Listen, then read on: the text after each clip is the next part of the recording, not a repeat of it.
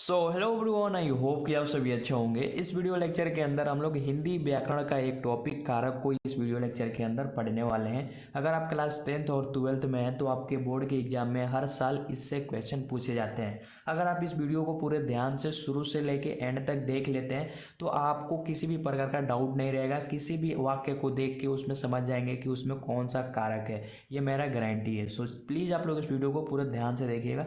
चलिए इस video lecture को हम लोग फटाफट से शुरू कर लेते हैं। मैं आपको प्रॉपर तरीके से सब कुछ इस वीडियो लेक्चर के अंदर समझाने वाला हूँ, ठीक है। तो आइए सबसे पहले हम लोग समझते हैं कि कारक क्या होता है, कारक किसे कहते हैं। अगर इसका डेफिनेशन आता है आपके एग्जाम में तो आप इसका डेफिनेशन भी लिख सकते हैं, जो मैं आपको बताने जा रहा हूँ।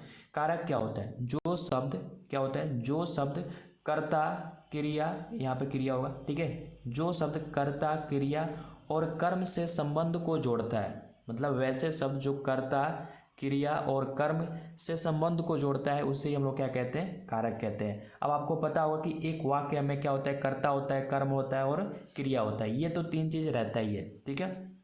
जैसे राम ने रावण को मारा, तो राम क्या है? राम हो जाएगा कर्ता, रावण क्या होगा? यहाँ पे कर्म होगा, और मारा मतलब यहाँ पे क्या हो जाएगा? ये क्रिया है, ठीक है। तो इन तीनों का क्या हो रहा है? यहाँ पे संबंध बन रहा है। लेकिन यहाँ पे कारक क्या है? यहाँ पे कारक ने है। तो इसी को तो हमें समझना है कि ये जो ने है ये कौन सा कारक है, ठीक है। तो हम लोग इस वीडियो लेक्चर के अंदर समझेंगे और मैं आपको बताऊंगा भी कि एग्जाम में कैसे आपके वाक्य होते हैं और उसमें कैसे आपको कारक पहचानने होते हैं, ठीक है। सो मैं आपको कहना चाहूँगा कि आपने इस वीडियो को लाइक नहीं किया है और चैनल को सब्सक्राइब नहीं किया है तो प्लीज़ मेरे भाई ये दोनों काम कर दीजिए, क्योंकि यार आप लोग ना ही वीडियो को लाइक कर रहे हैं और ना ही चैनल को सब्सक्राइब कर रहे हैं, तो थोड़ा सा आप सपोर्ट कीजिए, ठीक है। देखिए संस्कृत में कारक कितने प्रकार के होते हैं? 7 प्रकार के होते हैं, ठीक है। संस्कृत में कारक कितने होते हैं? 7 होते हैं, क्योंकि वहाँ संबोधन कारक नहीं होता है, ठीक है। लेकिन हम लोग यहाँ पे हिंदी पढ़ रहे हैं तो हिंदी में हम लोग टोटल कितने कारक पढ़ने वाले हैं? टोटल कारक के 8 प्रकार होते हैं हिंदी में, तो हम लोग ये टोटल 8 प्रकार अभी पढ़ेंगे। तो चलिए अब हम लोग एक एक करके देखते हैं। सबसे पहला होता है कर्ता कारक। कर्ता आपको याद कर लेना है, ये आपको चार्ट याद होना चाहिए। जैसे कर्ता ने कर्म को करण से द्वारा संप्रदान के लिए अपादान से अलग होने के अर्थ में, ठीक है, संबंध का की रा रे री अधिकरण में पर और संबोधन हे अरे। अब समझ लो कि ये ट्रिक है, ठीक है, ये ट्रिक है और मैं आपको बता दूंगा कि इसको कैसे आपको पहचानना है। तो आपको तो ये चार्ट याद होना चाहिए, तभी आप अच्छे से समझ पाओगे कि इसमें कौन सा कारक है किसी वाक्य में। तो आइए एक बार और पढ़ लेते हैं। जैसे कर्ता ने, ठीक है, कर्ता ने कर्म को कर्ण से द्वारा संप्रदान के लिए अपादान से अलग होने के लिए आप यहाँ पे याद कर सकते हैं, और संबंध काके की रारेरी अधिकरण में पर और संबोधन हे अरे। तो बहुत ही सिंपल है, आप इसको अच्छे से याद कर लीजिएगा। अब आइए हम लोग एक एक करके देखते हैं कर्ता कारक और इसमें कैसे वाक्य होते हैं, ठीक है। जैसे कर्ता कारक, कर्ता क्या होता है? कर्ता का पहचान क्या होता है? ने। जहाँ वाक्य में ने चिन्ह का प्रयोग प्रत्यक्ष रूप से या अप्रत्यक्ष रूप से हुआ होता है, ठीक है, यहाँ पे होता है, मिस प्रिंटिंग हो गया है, होता है, उसे क्या कहते हैं? कर्ता कारक कहते हैं। जैसा ये समझते हैं, जैसे मोहन ने, अब देखिए यहाँ पे ने क्या है? कर्ता कारक हो जाएगा। अब इसमें आपको बताना है कि इसमें कौन सा कारक है, तो यहाँ पे आपको जवाब दीजिएगा क्या है? कर्ता कारक है, ठीक है। मोहन ने आम खाया, ठीक है, मोहन ने आम खाया। देखिए प्रत्यक्ष और अप्रत्यक्ष, जैसे राम ने, यहाँ पे राम गाना गाया, तो यहाँ पे कुछ नहीं, तो राम ने गाना गाया, यहाँ पे छिपा हुआ है ने, ठीक है, राम ने गाना गाया, ठीक है।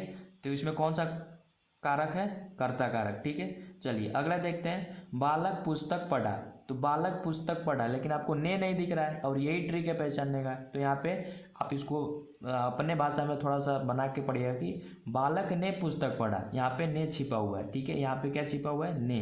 तो वही चीज़ यहाँ पे कह रहा है इसका परिभाषा कि प्रत्यक्ष रूप से या अप्रत्यक्ष रूप से होता है, ठीक है, ने वाक्य में उसे क्या कहते हैं हम लोग? कर्ता कारक कहते हैं। समझ में आ गया? चलिए अगला देखते हैं कर्म कारक। कर्म क्या होता है? कर्म का ट्रिक, या इसको आप समझ लो पहचानने का ट्रिक को होता है। कर्म को, कर्ता जिसे सबसे ज़्यादा चाहता है, कर्ता जिसे सबसे ज़्यादा चाहता है उसे ही हम लोग क्या कहते हैं? कर्म कहते हैं, कर्म कारक कहते हैं। जैसे में आइए देखते हैं, रमेश किताब पढ़ रहा है, रमेश किताब पढ़ रहा है। अब कर्ता इसमें क्या है? रमेश करता है, किताब क्या है?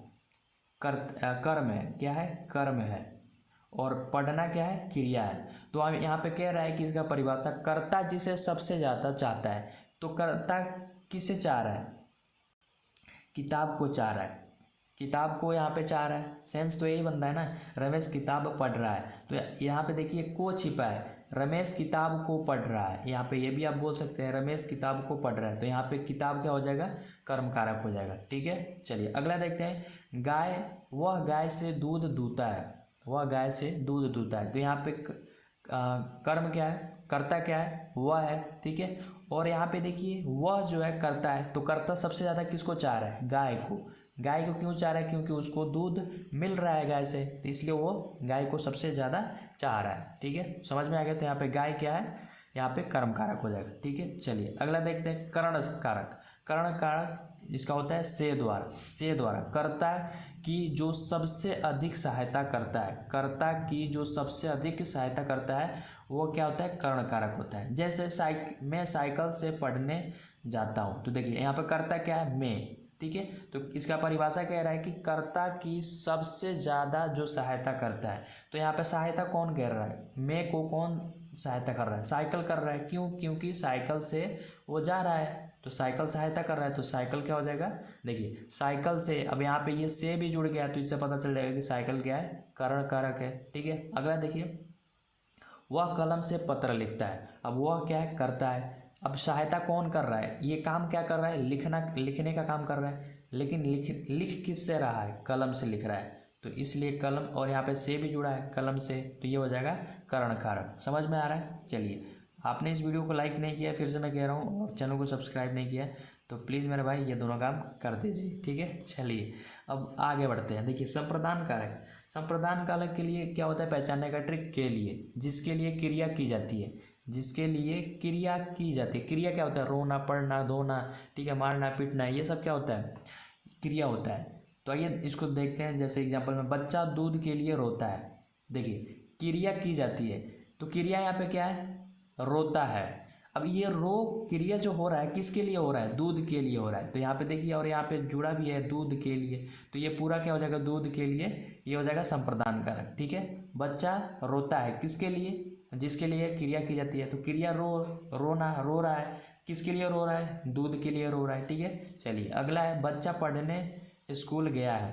अब यहाँ पे क्रिया क्या हो रहा है, गया है, किसके लिए गया है भाई, पढ़ने के लिए गया है, पढ़ने गया है। तो यहाँ पे के लिए छिपा हुआ है, लेकिन आपको समझना है इससे कि क्रिया किसके लिए हो रहा है, पढ़ने के लिए हो रहा है। तो यहाँ पे पढ़ना क्या हो जाएगा, संप्रदान कारक हो जाएगा। ठीक है, समझ में आ गया। चलिए अगला देखते हैं, अपादान कारक। अपादान कारक क्या होता है, से, जुदाई के लिए, ठीक है, या अलग होने के लिए। चलिए, जहाँ से कोई वस्तु अलग होती है, जहाँ से कोई वस्तु अलग होती है, जैसे पेड़ से पत्ता गिरता है।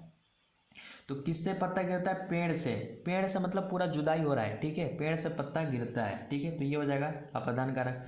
गंगा हिमालय से निकलती है, गंगा हिमालय से निकलती है। तो देखिए गंगा कहाँ से निकल रही है, हिमालय से, तो ये हो जाएगा हमारा अपादान कारक, मतलब जहाँ से जुदाई का काम हो रहा हो। ठीक है, चलिए अगला देखते हैं, संबंध कारक। संबंध कारक क्या होता है, का, के, की, रा, रे, री, मतलब जैसे संबंध बनाता हो, कोई वाक्य संबंध बनाता हो, जैसे आपसी संबंध बनाने के लिए संबंध कारक का प्रयोग होता है। जैसे मोहन का घर, मोहन का घर, आपका घर, मेरे पिताजी का घर। तो यहाँ पे का, देखिए यहाँ पे का, मोहन का घर है, तो यहाँ पे संबंध बना रहा है भाई का, तो मोहन क्या हो जाएगा, संबंध कारक। राजा के 4 रानियां हैं, राजा के, देखिए यहाँ पे का, के, की, रा, रे, री, ये सब क्या है। जैसे तुम्हारी 4 दुकानें हैं, या तुम्हारी 4 अलग अलग जगहों पे स्कूल है।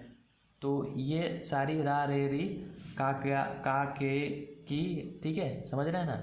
तो ये सब हो जाएंगे क्या, संबंध कारक। ठीक है, तो राजा के 4 रानियां हैं। ठीक है, समझ में आ रहा है। तो आप ऐसे किसी भी तरह का आपका एग्जाम, जो आपके एग्जाम में क्वेश्चन आते हैं कारक से, बहुत ही सिंपल आते हैं, जो मैं आपको एग्जाम्पल बता रहा हूँ ऐसे ही आता है, तो आप आसानी से समझ जाएंगे। मैं आपको प्रॉपर तरीके से इसका परिभाषा भी बता रहा हूँ और एग्जाम्पल जैसे भी बता रहा हूँ। ठीक है, तो मैं उम्मीद कर रहा हूँ आपको सारी चीज़ें समझ में आ रहा होगा। ठीक है, चलिए अपना 7वां है अधिकरण कारक।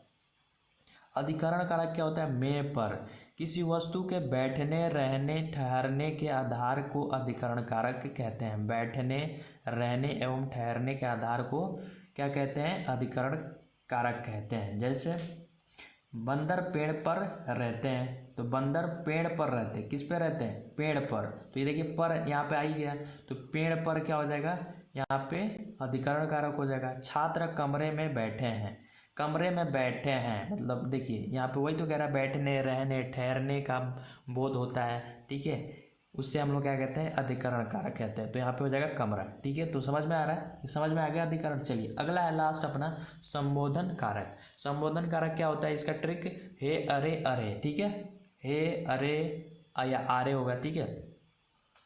चलिए इसका कैसे होगा, इसका परिभाषा क्या होता है, किसी को संबोधन करने के लिए, किसी को संबोधित करने के लिए, संबोधन करने के लिए संबोधन कारक का हम लोग प्रयोग करते हैं। जैसे हे राम, हे राम हम लोग संबोधन कर रहे हैं, मतलब हे राम, ठीक है, हे राम तुम पढ़ने जाओ, ठीक है, हे राम तुम पढ़ने जाओ। हम लोग गुस्से में किसी को बोल देते हैं, अरे तुम जाओ, अरे हटो, अरे हटो, अरे तुम मत आओ, अरे तुम मेरे लायक नहीं हो, ठीक है, तुम काम नहीं करते हो। तो अरे, हे राम, ठीक है। तो ये सारे क्या है, संबोधन कारक है। तो मैं उम्मीद कर रहा हूँ कि आपको ये कारक बहुत ही अच्छे से सब कुछ समझ में आ गया होगा, किसी भी प्रकार का डाउट नहीं होगा। सो आपने अभी तक इस वीडियो को लाइक नहीं किया और चैनल को सब्सक्राइब नहीं किया है तो प्लीज़ इस वीडियो को लाइक और चैनल को सब्सक्राइब कर दीजिए। अगर आप हिंदी व्याकरण कंप्लीट पढ़ना चाहते हैं, अगर क्लास 10th और 12th में हैं, तो मैंने प्लेलिस्ट बना रखा है जिसमें आज जितने भी आपके टॉपिक क्लास 10th और 12th में पूछे जाते हैं, मैंने सबका प्रॉपर तरीके से वीडियो बना रखा है। जैसे पर्यायवाची शब्द, मुहावरे, विलोम शब्द, अनेक शब्दों का एक शब्द, लिंग हो गया, जैसे ये कारक हो गया, संधि हो गया, प्रत्यय, उपसर्ग, मैंने सब कुछ बना रखा है, ठीक है, जो आपके क्लास 10th और 12th के हिंदी व्याकरण में पूछे जाते हैं, ठीक है। सो मैं उम्मीद करता हूँ कि आपका सारा डाउट्स क्लियर हो गया। सो मिलते हैं नए वीडियो लेक्चर में, तब तक के लिए टेक केयर, थैंक